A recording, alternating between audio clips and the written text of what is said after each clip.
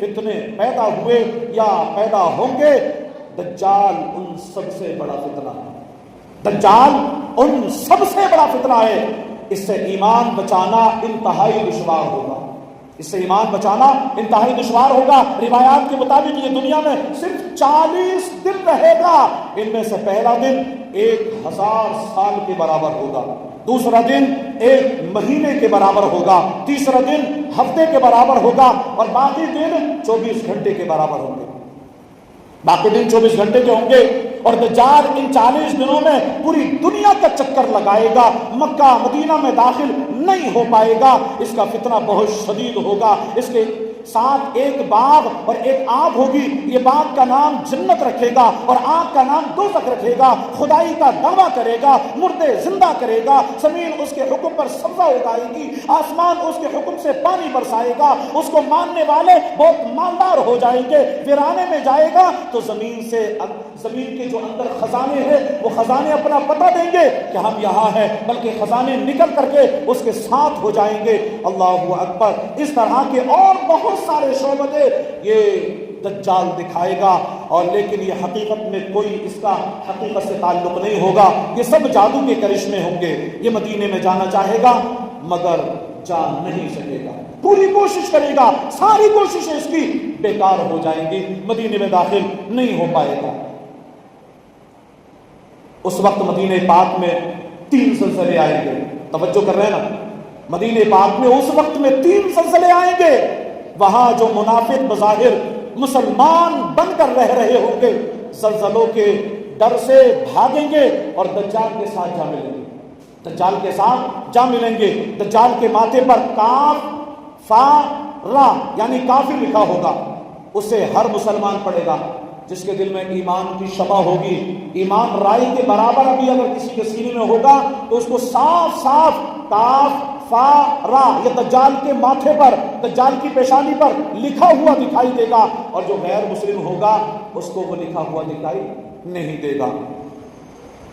جب یہ ساری زمین میں پھر پھرا کر فتنے پھیلا کر ملک شام پہنچے گا، یہ نماز فجر کا وقت ہوگا، نماز فجر کا وقت ہوگا، تب حضرت سیدنا عیسیٰ روح اللہ علی نبینا علیہ الصلوۃ والسلام آسمان سے اتریں گے۔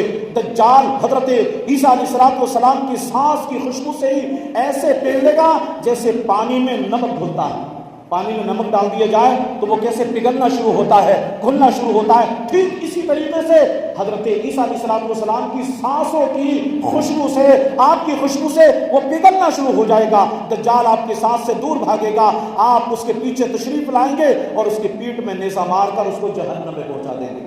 اور مسلمانوں، اس فتنے سے بچنا بے حد ضروری ہوگا۔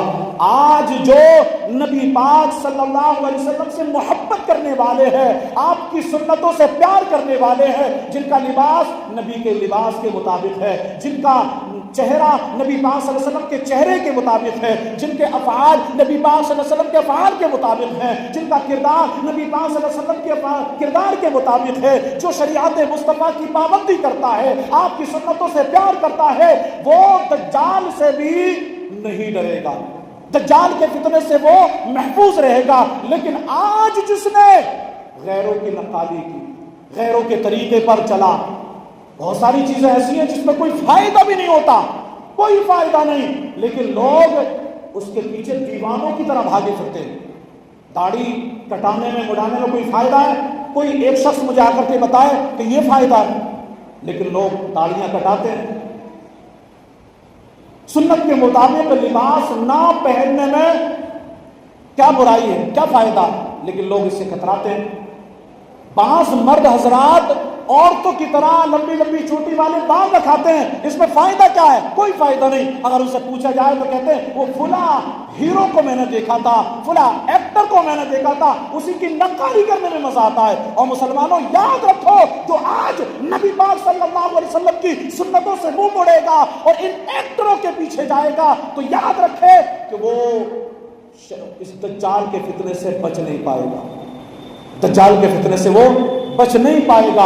لہذا ضروری ہے کہ ہم خود بھی ان باتوں پر عمل کریں، اپنی نسلوں کو بھی ان باتوں پر عمل کروائیں، نصیحتیں کریں، سکھائیں، تاکہ دجال جب آئے تو ہمارے جو نسلیں ہیں وہ بھی اس کے فتنے سے محفوظ رہ پائیں۔ اللہ پاک ہم سب کو سنت مصطفیٰ کا پابند بنائے، نبی پاک صلی اللہ علیہ وسلم کی محبت ہمارے سینوں میں موجزن فرمائے، آمین بجاہ النبی الامین۔ وآخر دعوانا ان الحمد للہ رب العالمین۔ کھڑے ہو جائیں اور سنت ادا